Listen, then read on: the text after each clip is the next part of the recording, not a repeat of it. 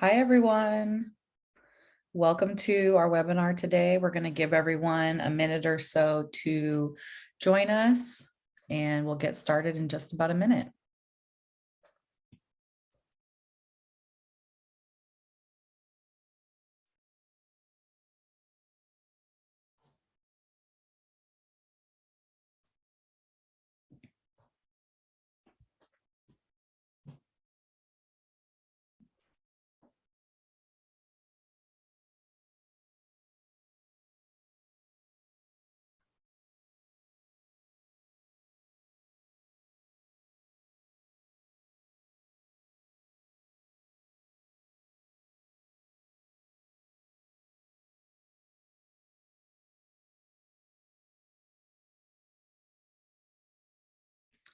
All right, let's go ahead and get started. Hi, everyone. Good morning, good afternoon.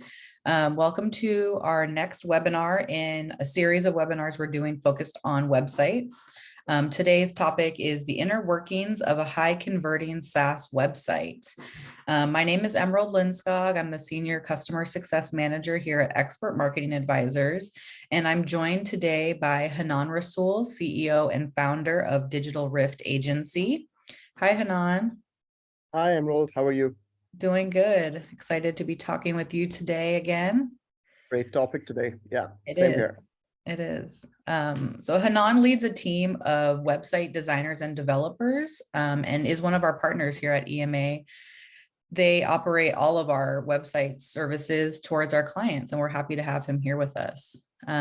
If you missed our first webinar in this series, which was focused on refreshing your website's design, you can find that on our website under webinars, and we'll go ahead and link that in the chat box for you today if you want to check that out.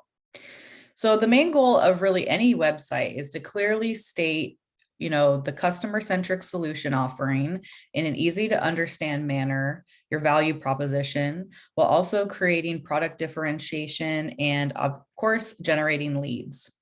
Your website is essentially your digital storefront and is really the most important tool in any company's demand generation strategy. So building and maintaining your website is really a large project that can usually require multiple people within different departments of your company. And these projects can seem daunting and a little overwhelming sometimes. So our goal for this webinar series is to really kind of dissect certain topics relating to webinars and really give you a few key insights and takeaways that will help you optimize your website. We'd love for this to be an interactive process, so please go ahead and add your questions into the chat box and we'll be sure to answer those live. So today's focus is going to be how to build a high-performing website aimed at demand generation and conversion. So we'll really be covering key pages that you should be including on your website, asset and content creation strategies, lead magnets and gating and ungating assets, tech stack essentials that work in tandem with your website, and then the structure of a homepage. And so we'll be able to give you some of those key takeaways that you can walk away from and say, okay, great, now you have some action items on what to create and build for your site. So with that, I'll pass it over to Hanan, who can identify key pages on your site. Thank you so much, Emerald. Thank you for the great introduction. And yeah, so as you mentioned, the basic objective of your website is two-pronged. One, to create awareness about your product, your solutions, and two, to generate leads. And how do you generate leads? You do that by creating value for the end user. So you need to keep a balance between both the approaches. You want to give as much information as possible about your company, about your organization. At the same time, creating value for the end user and showing them how they can leverage your product, your solution offering to get a higher ROI or save their costs or boost their sales. So the pages that we've seen in the past looking at multiple different websites that we've built and also of other competitors. There's a certain list of pages which need to be with a website, with a new startup or a SaaS company, whether may that be an enterprise level or a new one to be taken seriously. You need to, first of all, people need to know what the company is about, what is the company's story. It could be the founder story if it's a startup. It could be an about this page, talking about the history of the company. You could incorporate your core values, your vision, your mission statement over there. And then obviously you want to talk about, who are the key people running the show behind the scenes. So your team, basically, you want to, it's a good practice to always link to their LinkedIn pages, and so that people can go and visit and see what their past is, where they've come from, what their experiences are, and what experience they're bringing into this company. And then obviously you need to have your product and services pages, which are absolutely necessary. You also want to have a lot of pages about resources, since SaaS websites and SaaS products vary from industry to industry, and there are multiple hundreds of thousands of products available now, with some differentiation. And you should not assume that people will just understand the language that you're using. They would like to know more about the company. They would like to know more about the solution offering, and you cannot feature all of that within just a couple of pages. So for that, you need to have your resources section. Your resources section will be highly critical in generating leads, in creating content for which people will come back to your website over and over again. Along with that, many SaaS products are reliant or leveraging third-party tools or interacting with other tools and apps available. So you need to have an integrations page so that people can understand that, yeah, this product will easily be integratable within my solution, within my company, and we can link it up with whatever system we're currently using, and we can leverage it. Then you need to have a newsroom or press page. You can combine that with awards, just like we've done with EMA website. Now, people usually do not pay focus to this page because they're like, okay, fine, this is not blogs, this is not case studies, so why should we pay attention to PR? So what PR does is it basically shows how active you are as a company, what your achievements are, whether you've been featured on other websites, whether you've been featured by other third-party auditing companies, and how active you have been in your industry. And the events page, it does exactly the same thing. It shows people that, yeah, this company is staying ahead of the time. It's taking part in every relevant exhibition or events which are occurring.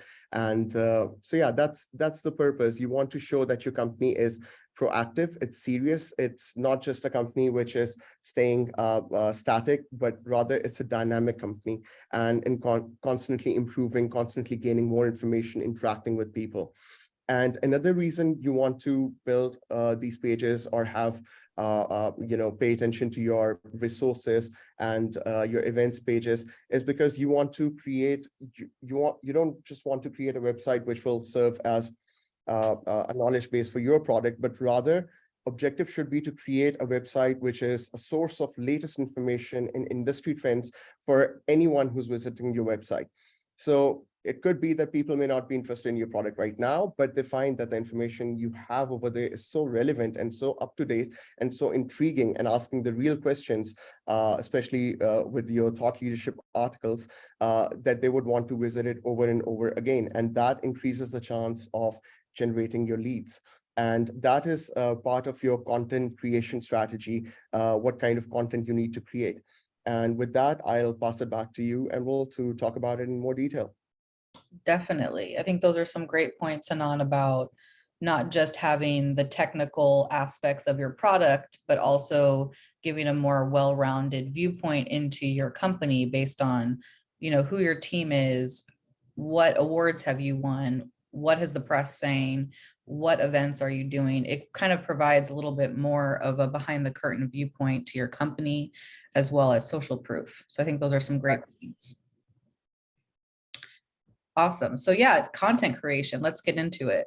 So content creation and asset creation strategy should really be an integral part of obviously your company's marketing and sales objectives, but of course, how do you then present these pieces of content to the public? And that's going to be through your website. And so it's an integral part of, content calendars, editorial calendars, integral part of your marketing objectives. And so this is an example of a monthly demand gen calendar that we use here at Expert Marketing Advisors. And when you look at it, you think, oh, wow, that's a lot of elements. And I think this is what we would maybe say is an ideal version of your demand gen and programs calendar. I think when you're starting in the beginning, it's okay to maybe pick, okay, I'm going to start with a monthly blog and a monthly newsletter. And then next month, I'll roll in a webinar. And then next quarter, we can roll in, SEO. So I think don't look at this and maybe be a little overwhelmed. Look at this as, your goal to get to, and start with one or two things that you can execute, successfully with your team. So included in our monthly suggestion of asset creation and programs is going to be, a minimum of at least one new asset that's pushed out the first week of the month. That could be, a podcast, that could be a video of, one of your product managers talking about your product or service. It could be any type of asset. We also want to include a knowledge base or info article. Again, like Hanan said, with a lot of our content, we want to use that to showcase thought leadership within our industry. And so knowledge-based info articles are a great way to do that. We also suggest pairing a lot of this content with partners or guest posts. So you can have, third-party articles or a guest post that maybe someone within your company is doing with maybe, one of your product managers or your CEO is going to be a guest on another company's webinar.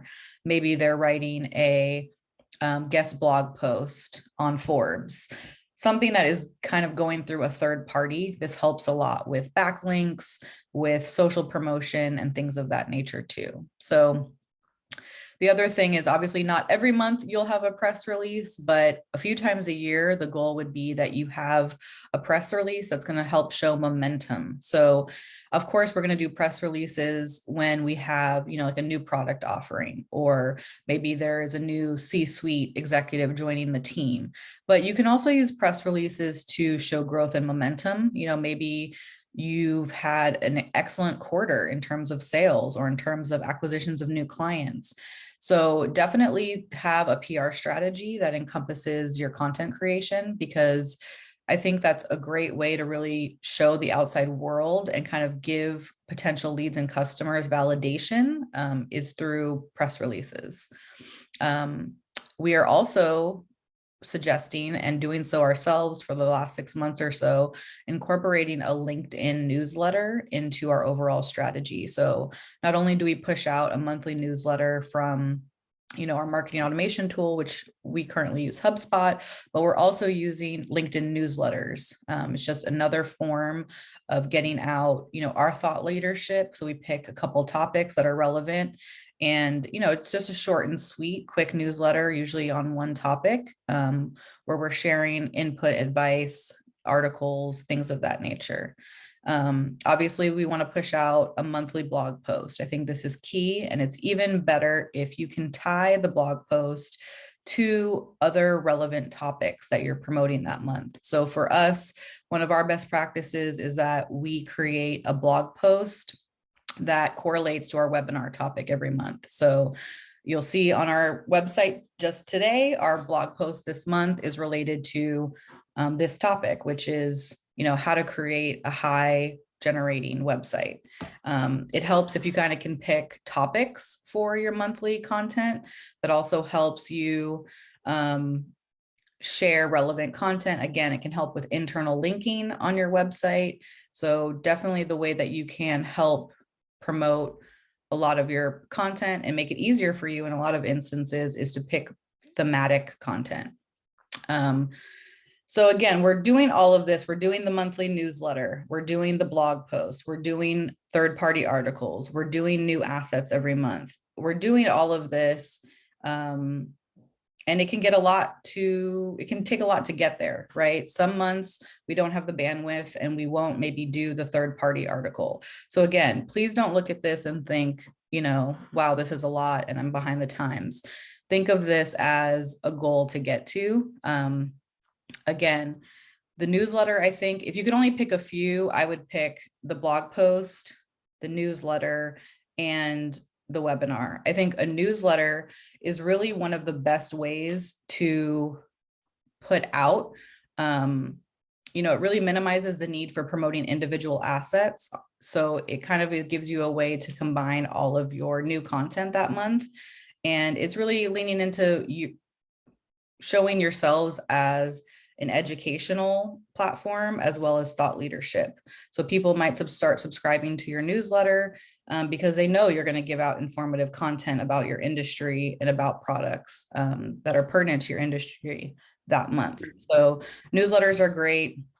I think also really, what do you do with all this content once you have it? And that is, adding them into nurture campaigns. Obviously, they're going to be added to your website, using them through social promotion. There's a lot of great ways that you can leverage these once you have them. And so I think that's a lot of information in one place, but think of this as a goal to get to and take little pieces of actionable content each month, and you'll eventually build yourself up into, what is kind of your monthly calendar and what that looks like for your company. Hanan, would you maybe add anything to that or?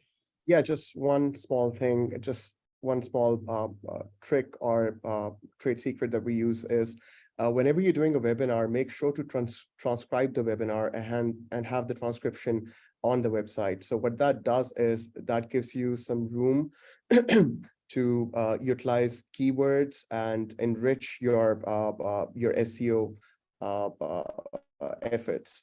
So that's the practice that we've been following for every webinar. We can go in and add some keywords to the transcription. If mostly the keywords are already there, you use them during the webinar. But in case they aren't, you can always go in, add some keywords, link them to different assets, different pages, and that creates a lot of interlinkages and really boosts your SEO. Definitely, that's a great point. If folks do follow the link we added into the chat to see last month's webinar, you'll see that page is sort of our best practices for webinars, where we include the abstract, the video presentation that's on demand and open to anyone at any time, as well as the transcription. And we usually include also the slide deck, so folks can download that and look at it at another point. So that's a great point, Hanan, and definitely helps with SEO and interlinking throughout your site. Awesome. So let's kind of talk a little bit about your assets and gating and ungating content. So, if you don't know, gating content is basically anything that would require a visitor to fill out a form to get access to that content. So for today, those of you that have joined us, you have filled out a form to get here today and register for this website. I'm sorry, for this webinar. And so I think any site should have a mixture of both gated and ungated content. And so how do you make a decision as to what to gate and not to gate? I think, gated content is like a marketer's dream, right? Because it's an easy way to get leads, to get someone's email address that's taken action to say they're interested in your content, they're interested in learning more about your product, right? So I just think that more and more, and say in the last year, what we found is that people are not as likely to fill out forms any longer. I mean, I think they pretty much know now that when you fill out a form, you're maybe going to get signed up for an email list or for a newsletter, or to be maybe reached out to by someone from the team. And people are a little bit more apprehensive about doing that. I think LinkedIn put out a study that said really only about 25% of people are willing to put in their email, or at least their real email address for gated content. And so what that means is you really need to be selective about which pieces of assets you're ungating and which you are gating. So I think a few rule of thumbs that we've kind of come up with is reasons for you to gate is that it has, concrete solutions for a problem that, your industry is facing and maybe how your product is solving it. Things that have a lot of research, high value assets, or maybe follow-up content to something that's ungated, or if you're providing like a free tool or template. So I think that's really, really some of the better ways and reasons to gate things. So ungated content really should be everything else. Like most of what we just talked about in the ideal demand generation content calendar should be ungated. So content that is educational about your product or service, that should always be easily available for people who are visiting your site. Any information that is really like a hook to other content on your site. And maybe content that's also going to lead people to stay on your site longer. So for us, as an example, if you look at Expert Marketing Advisor's website, we really feel that most of our educational content is ungated. So all of our blogs that we put out 1 to 2 times per month, all of our webinars are open on our site, which didn't used to be the case. About a year or two ago, we did gate all of our webinars, but that's no longer the case. These are free and on demand at any time on our website. But some of the things that are gated are going to be our playbooks. So we have put out playbooks for many of the services that we offer here at EMA. So things from events, from webinars to SEO and SEM. We've created really high value playbooks that we want to give away to people for free. And that's something that we do gate because it is a higher value asset. It's giving people a template to use. So that's something that we do gate. And to add into the mix of that, when people do download, say they download our events playbook, they are then added to a nurture campaign where we do send them similar assets on that topic. So blog posts that we have related to events, webinars that we have related to events best practices. So we're really trying to not just use the email address that we have of someone who's interested for nothing. We really are trying to give them supporting assets that are tied to the topic that they originally downloaded from us. So that is one way that we are choosing to gate and ungate content. I think it's really important that you are trying to think about having a mixture of both and not just gating everything. I think because one of the things that we're also finding in the last, 6 months to a year is that people are making decisions in a different way than they were before. They don't necessarily always want to talk to someone from the company. They want all of the information up front, and they want to be able to make their own, kind of have more control over their own buyer journey. And so what we have found is that by creating educational content that is aimed at all of our buyer personas or ICPs at different stages of their process is really helping us with moving people through the funnel, sometimes without even speaking to them, and so I think your content should be really thought of in that way. Did I miss anything there, Hanan? No, I think you covered it very comprehensively. Just one thing that I'd like to add is it's always a best practice that whenever you're sending out a nurture email campaign, for example, I've signed up for the playbook and I've already shared my email address. There should not be a need for the user to sign up over and over again for different playbooks. So one practice that we follow is we usually send links to other playbooks, for which they can just simply, click the link and land on the playbook rather than going back, filling out the form again. And that little bit of ease makes a lot of difference. And chances are, if someone's interested in your events playbook, that person may also be interested in your PR or playbooks. So yeah, that's something to keep in mind. Definitely. No, I think that's a great point. I think any form on your website should be the most simplest and easiest form because, minimum name, email address, maybe company, right? But when you start to add in things like phone number or you know, even title or a role within the company. Anything that's more than just the bare minimum can sometimes deter people from completing the form. So you want to make it as easy as possible. So I think that's a great point, Hanan. Thank you. So let's talk about your tech stack and what, in addition to your website, what are some of the tools that you need to be using to help facilitate, you know, leads, demand generation, and all of these processes that we're talking about here. So your tech stack is going to be comprised of multiple different tools that are going to help you with analytics, with tracking, with attribution, with managing your customers and your leads and your sales to marketing pipeline and process. And so I think the ones that we have listed on the screen here are ones that, you know, it might look different for you and for your tech stack. These are just some examples. You know, Zoom Info and Seamless AI. These are tools that are really going to be focused in on looking to help support your database, help you augment contact lists, help you with prospecting, help you with intent data. You know, these are tools that are used by a lot of companies. It's not something you have to be using, but it definitely helps support your sales process and your database. So Zoom Info can help you hone in on someone who's maybe looking to buy and provide opportunities, you know, for you to connect those people or add them into email campaigns. You know, can also help you identify, you know, potential leads by searching for people through job titles or functions. And it can also help you keeping your data clean, like data hygiene and things like that too. Sprout Social and obviously LinkedIn, well, Sales Navigator or Campaign Manager are going to also be helping you with your social media management and promotion, both organically and paid through LinkedIn.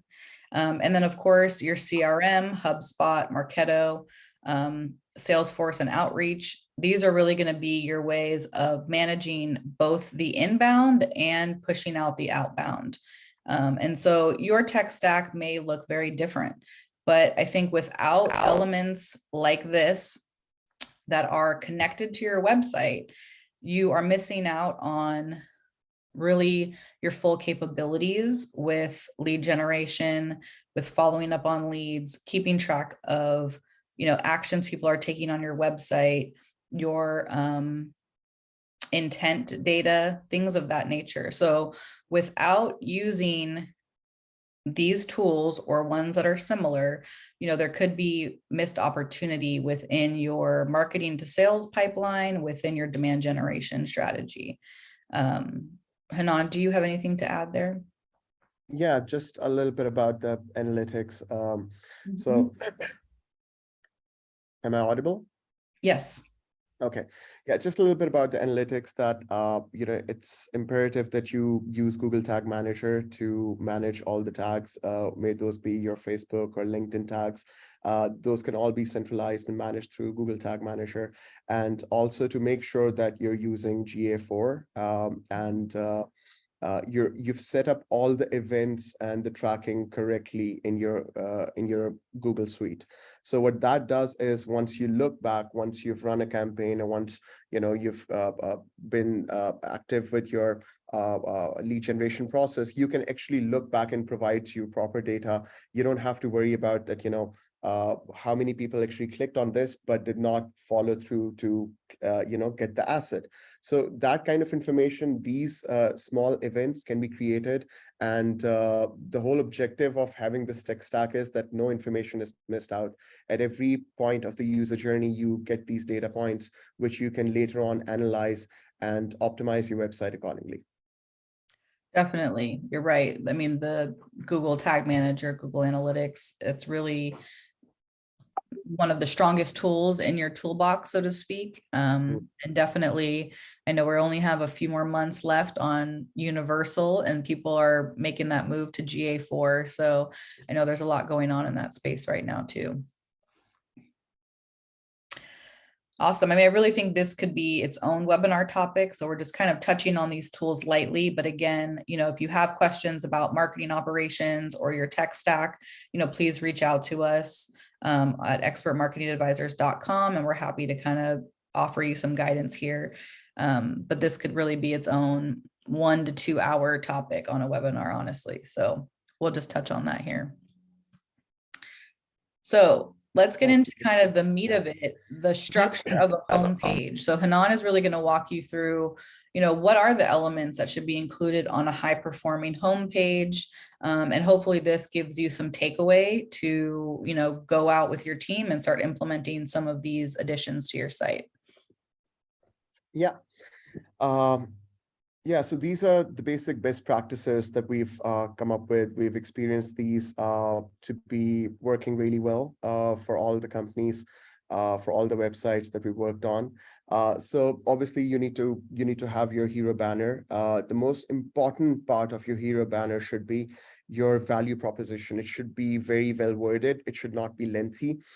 You should keep it simple, just your punchline in 5 or 6 words. That should be your H1. And then your H2, your subtitle, can be a little bit more detailed, could be a couple of sentences, but not more than that. You want to keep it zeroed in and focused on the customer-centric value proposition that your company offers. And the way to sort of like a way to judge that is, if a layman reads that from your industry, reads that, will he be able to understand what your company does? And will he be able to understand what value you're delivering or not? You match that up with a very appealing visual in the background, and you have a great hero banner. The only thing left to finish that off completely is having some CTAs over there. And we emphasize on having low risk CTAs. So what is a low risk CTA versus a regular CTA? So a low risk CTA would be where the visitor has no obligation, is not going to lose out on anything, does not feel pressured to take the action. It could be something like take the free demo, or start your free trial. And whereas a high-risk CTA or a regular CTA would be something like sign up for a demo or sign up for your free trial. So by doing that, or might be asking you for credit card information once you do go to sign up. So by doing that, people realize that, okay, I can get the feel of the product. I do not have to share some vital information with them. Many companies are using, even LinkedIn uses the strategy that you can start your free trial but you provide your credit card details. But one good thing that they do is they send out an email to you a day before they would actually start charging you.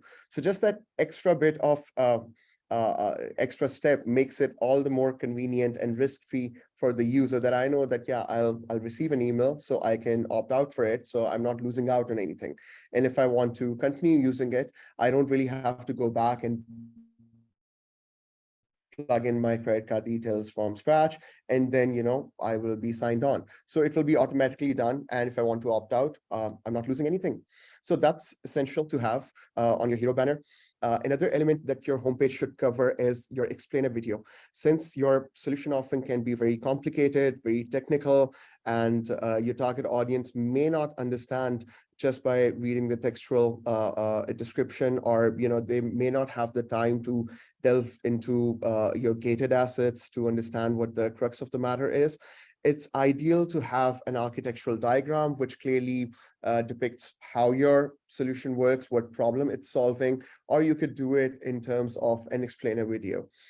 And then you need to have, excuse me, then you have your product and solution offering. You lay down. Now, the important part for this step is making sure that it is easy to understand and it is differentiated. This is something that SaaS companies struggle with a lot. They have a product, and they can't really bifurcate between different categories that they create. So it might be linked together to all, and it becomes really difficult for the user to understand that which product offering should I for? Are they all linked, or is there an option, or so you need to be really careful in listing out or deciding how you dissect your product offering. Then obviously you need to have a social proof over there. And this social proof, you do not have to sort of consolidate on one section of the website. The best strategy is to spread it across your website along with the CTAs that you have. For example, you could have your current clients write under your hero banner a small strip, so that right away creates that kind of authority and that kind of social proof that you already are working with these big clients, big names. So yeah, this is a trustworthy company. I can actually delve deeper into it. Then you can have your customer testimonials after the benefits. You can also use assets which are higher. For example, your use cases.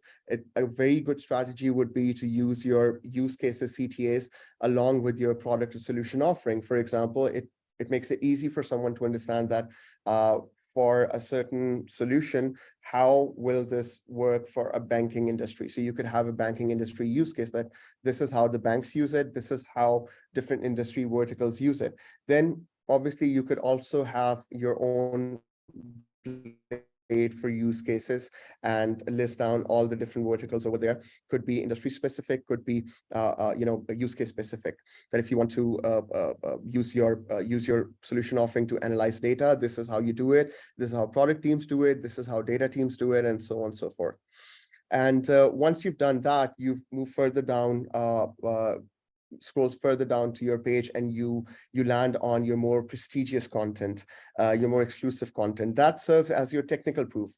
These could be your playbooks, could be your guides, could be your strategy pieces, which have a certain amount of research behind them. And these are usually the gated assets, as Emerald mentioned earlier. And finally, for creating authority or for staying up to date, you could have your blog pieces, your thought leadership pieces, your latest industry news.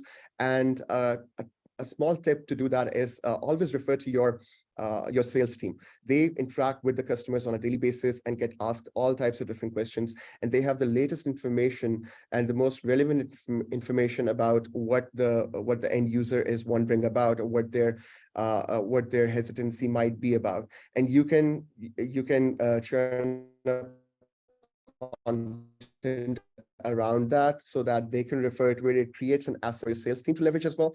Plus, if they're not already talking to anyone, or the user is just going through his own buyer journey and is hesitant about something, he might see a blog about it, and that hesitancy will be cleared up. So yeah, that's a small trick that we usually use. And then obviously at the end, you need to make sure that your website is accessible. What that means is that you have a live chat option available. If anyone wants to talk to a sales rep. Sales reps might not always be available, so it's always good to have an AI chatbot. So you can basically teach the AI chatbot a certain set of questions and how to answer them. And once they provide the basic information and they're ready to talk to the salespeople, they can either use the callback option or schedule a meeting option, or just provide their email and they'll email them back whenever the sales rep is available. So these are small tips and tricks that you need to take care of because you have designed a beautiful website, you've done everything right, and at the end, if it's just one form and it's difficult to fill out and there are not many ways for people to reach out to you, you're missing out on leads. And another thing about CTAs is you can use them not just on the home page, but we strongly recommend using CTAs across your website on different pages. You could also have same CTAs on homepage, similar CTAs on your product and solution pages, and always have some CTAs throughout your blogs as well. Whenever someone is reading a blog, there should be a small section at the end or in the middle of the blog, a breakaway section sort of, which is relevant to the blog itself and the product or solution offering that you're offering. I agree with that. I think it's best to get as specific as possible with your CTAs when you obviously being low risk. But I believe, when you use something that's simple, like contact us, I think you're opening yourself up to getting junk, if you will, or people who are maybe looking for job opportunities or press questions. So definitely doing your best to keep your CTAs low risk, but also specific to your offering. Yeah, absolutely. And your objective for your website and for your content is to keep the user or keep the visitor as interested and spend as much time as possible on the website. The more relevant content they see on the website, the more interlinkages they actually see on the website. If they're reading a product page, and there's a related solution which is tied up with that, have a seat here for that. If there's a case study for it, you would want to have that over there. If there's a blog for it, you would want to have that. So in a way, you're curating the content. You're not just leaving it on the WordPress or whatever CMS you're using to just place sporadically place the content anywhere. You actually have to curate the content for each use case, for each product offering. Definitely. And with that, we basically covered all the homepage elements, and we've also created a sort of a key template, best practice template, if you may, for a SaaS website. So over here, you can see everything, all the details about the homepage, what the product hook should be, what your headline should be like, and the rest of the pages. And then obviously, you expand on all of these. So you need to have, we talked about having some key pages in your website. So how it works is another one. What's it for? Who is it for? Your target audience. You could have your different industry verticals over here, your use cases over here, why us or about us, and your origin story, your blogs, which can have your lead captures. It can have your latest thought pieces, leadership pieces, and then obviously you have your integrations page, your resources page. Within the resources, you can choose to have your events, your news, and articles. And it's always good to have a documentation page within your resources so that it's easily accessible. And if you have a large client base, you might also decide to break it away from resources and have a very have it right there on the nav bar as documentation. Awesome. I think it's great that you put this together, Hanan. I think our hopes are that you can look at this slide and the one before that and take those away, as action items to review with your team. If you don't necessarily have a resources tab in your top nav that has all of your case studies, blogs, webinars in one place that's easily accessible, that you then go ahead and build that. If you don't really have an about us page that gives a glimpse into your story or your team, that you can go ahead and then build that. So we're hoping that, you are able to take some of these items away as action items and get some value from looking at these couple of slides. Awesome. So let's get into some Q&A. I think, Hanan, there is a question from the audience about SEO and, how does SEO play into a high converting website? I know that's kind of a big topic. So is there any kind of key points that you can make from that? Yeah, I think the biggest key point is that your SEO is the reason why your SEO is so important is you can't always rely on paid digital media. You're always paying to get leads, and most of the keywords are highly competitive, and the cost per click can go up to $6 or $9 for some really critical keywords. So how do you circumvent that? How do you sort of like reduce your digital spend while at the same time increasing your lead generation or staying consistent with your pipeline development? And the short answer for that is SEO. The only problem is, or the only challenge is, it takes a long time. You have to be very consistent with it. The content strategy that we talked about today, that is highly critical for that. The more content you generate, the more chances you have for enriching your website with relevant keywords.